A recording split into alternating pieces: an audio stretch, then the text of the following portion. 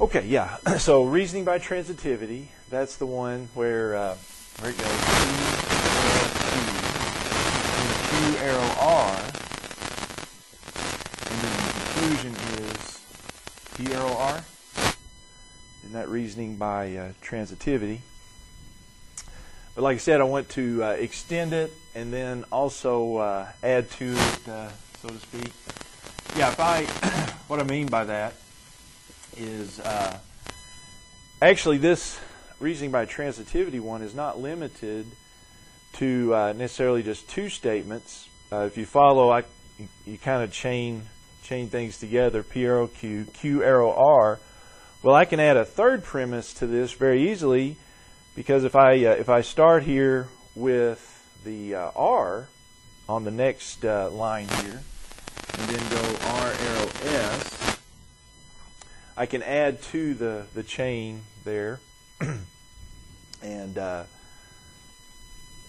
keep it going, and then of course keep that one going. So if I wanted to add another one, what would it be? S arrow T, okay, and you get the idea. Now let's just stop right there and talk about the conclusion. So if I do that, what do you think the conclusion would be? P arrow T. Yeah, just like we said last time. If I look at this, it's really P arrow, first one here, arrow the last one. And so in this case, I've got the first is P, and then the last part of the premises is the T. So yeah, P arrow T. So if you chain them together like that, you can just keep this going all day long or whatever. But wherever you stop, it's P arrow the first, arrow the last. Okay? All right. Now to alter it just a little bit, what if I had P arrow not Q? What would the next line start with? I want to do transitivity. Would the next line start with not Q? Yeah, you can throw in some negations there. So we've got not Q arrow R, and then R arrow not S. What's the conclusion there? P arrow not S. So yeah, if we have negations like that, as long as you keep the chain the same, whatever you stop here with, you start with on the next line. As long as you keep that chain going, you can do a lot of different things. Now,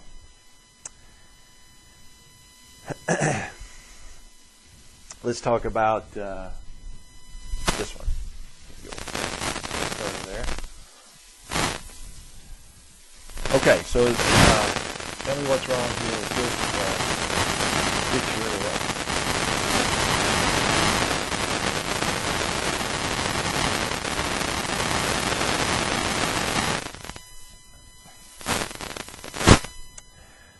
Well, for one thing, if I just went with the first arrow the last, I get S arrow S, and if S, then S, that really doesn't make sense, and it wouldn't be right anyway. Why wouldn't it be right to do that? This arrow that. Well, it's not chained together, right? Because here I've got S arrow Q, and this line starts with P. What does it need to start with if it's going to work? It would have to start with Q for this to. So what I'm going to do here is rearrange a little bit these premises and get a valid conclusion. Once I do that,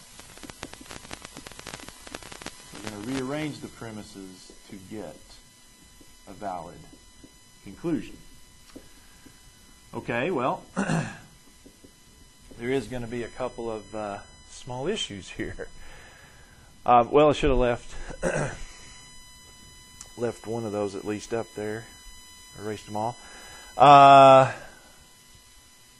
let me just point out here. Let me just put another one. All right, so this one's good. P arrow not Q arrow S, S arrow not R. Okay, and that leaves me P arrow not R. Okay, so that one's a good one, and we get a nice conclusion there. What I would point out to you is this.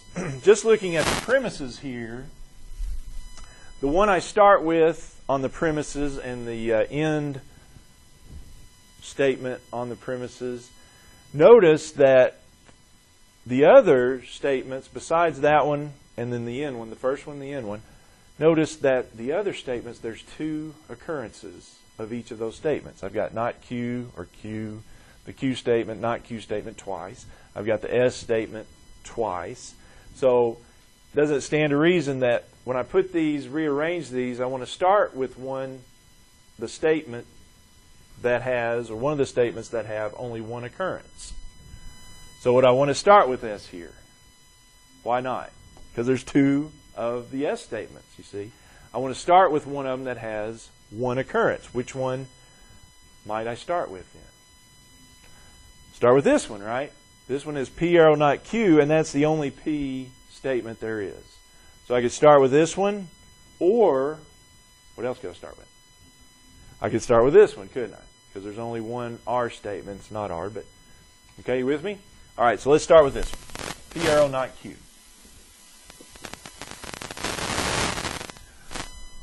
All right, and that leads us to our next concern here, because for this chain reasoning by transitivity to work, what does this line need to start with?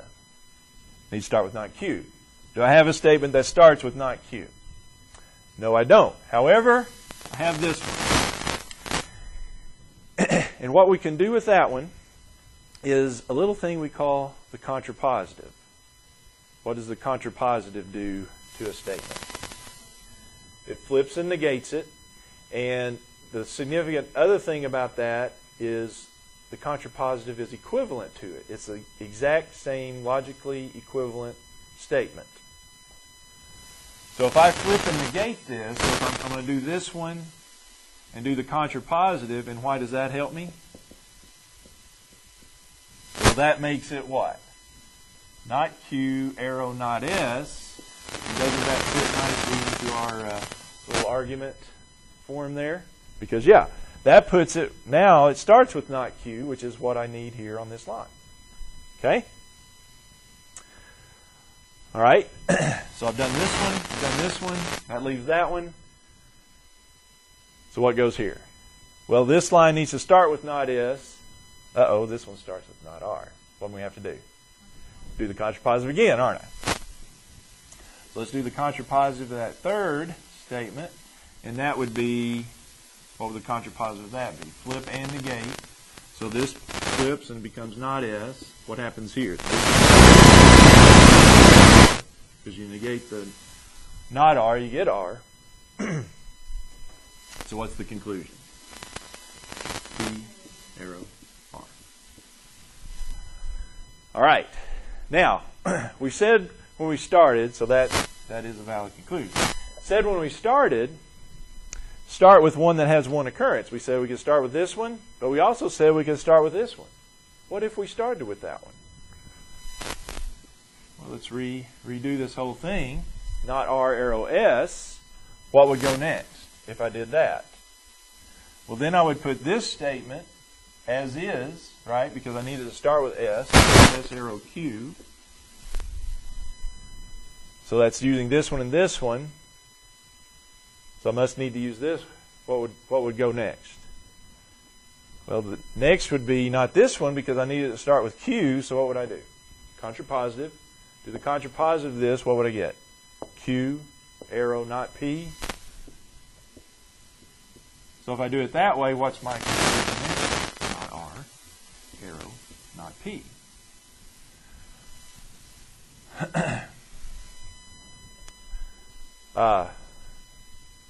Now, considering those two things, how do you explain that? Why do I get two different answers? How can I get two different answers? They're contrapositive answers, aren't they? The answer's the same, it's just one's the contrapositive of the other, you see. Okay, so it doesn't matter which one you start with, you will get the same answer. You'll just get the contrapositive in one or the other. Okay? All right. So, with that being said, here's what we're going to do with this next.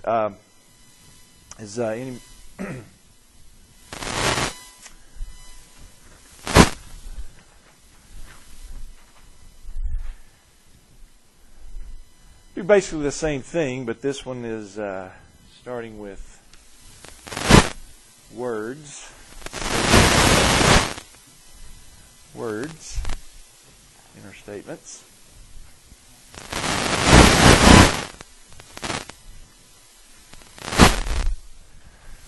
Got the next one? Okay. Yeah, how many, has anybody ever heard of Lewis Carroll? Who's Lewis Carroll? Alice in Wonderland and other writings. But he, a lot of his stuff actually has to do with logic and statements. Some of the crazy things that they say. Actually, logically speaking, they make sense.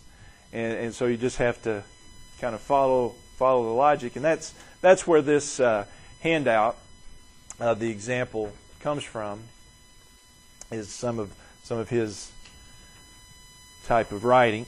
But here's what we've got on the handout. Transitive argument example. We've got 4 statements. P is he is going to a party. Q, he brushes his hair. So P, he's going to a party. Q, brushes hair, for reference. R is he looks fascinating. And S is he is untidy. Okay. Strange statements, but that's what we got. All right. So here's the thing. We're going to take A, which is all men that brush their hair, look fascinating. That's where we start.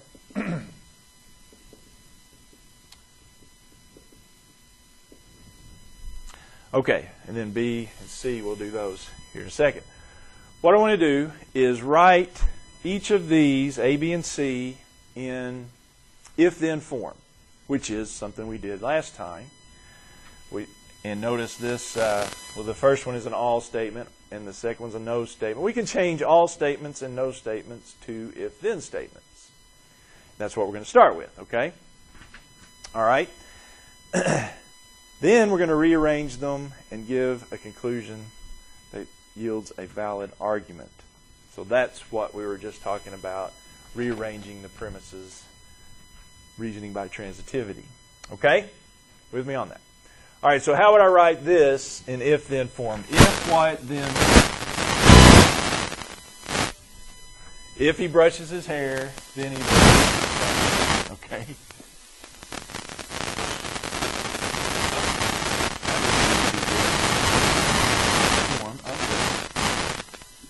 Okay, now,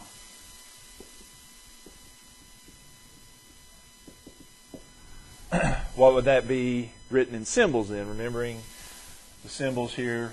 Brushes his hair, that's the Q, right? Fascinating, that's the R. So if he brushes his hair, then he looks fascinating.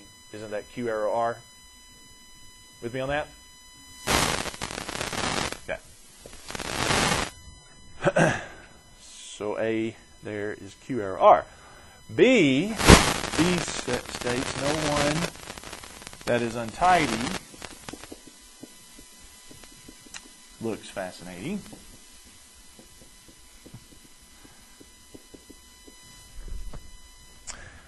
Okay, so what happens on that? We talked about this last time as well. What about the no statement? How am I going to write that? One way you can do it, the way I typically try to show you, is that I've got the untidy and I've got the looks fascinating. If you put the no part with the last part and then set it up in this if-then form, that is a proper way of doing it. So, if one is untidy, or if he is untidy, I guess is the way the statement goes. If he is untidy, then what? Does not look fascinating.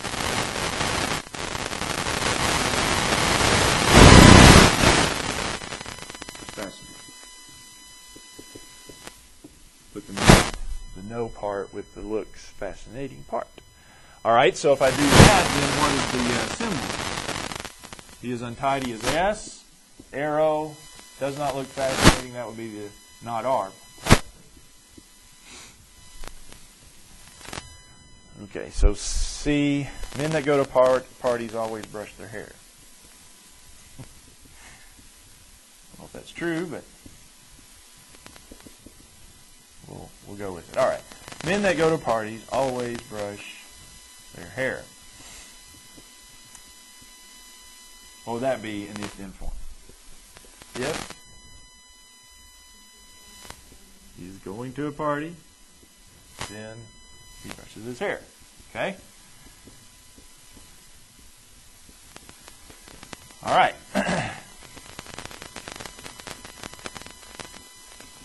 Well, what does that fit into our symbols as? Going to a party, that's P. Brushes his hair, that's Q, so it's P arrow Q. So here's my statements. Q arrow R, S arrow not R, P arrow Q. So those are my three statements.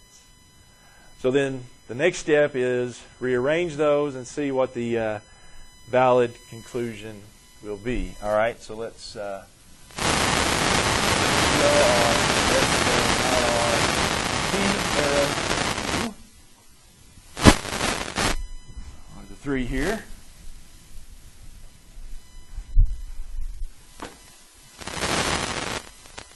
We'll need to rearrange, right? Because I don't want to start with Q because I've got two Qs, I've got two R's, so which one do you want to start with? S. Okay, we could start with S. There's one of it. S arrow, not R. Start with that one.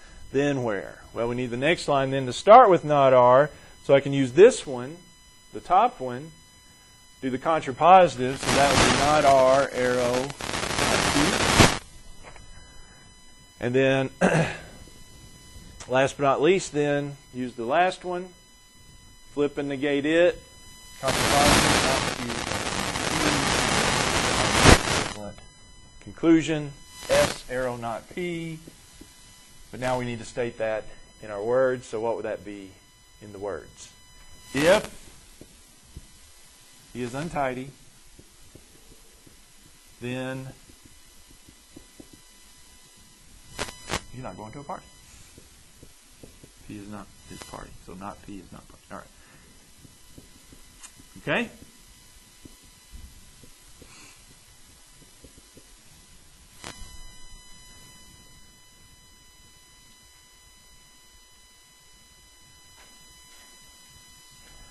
All right. So that's our conclusion. Is there another one, though? Yeah? If I started instead with the P arrow Q, I would get P arrow Q, then I would have Q arrow R, and then last but not least, do the contrapositive of that one, be R arrow not S. So another valid conclusion would be P arrow not S, which is if he is going to a party, then he is not untidy. Contrapositive of that. The first one. Okay? All right. Questions or concerns?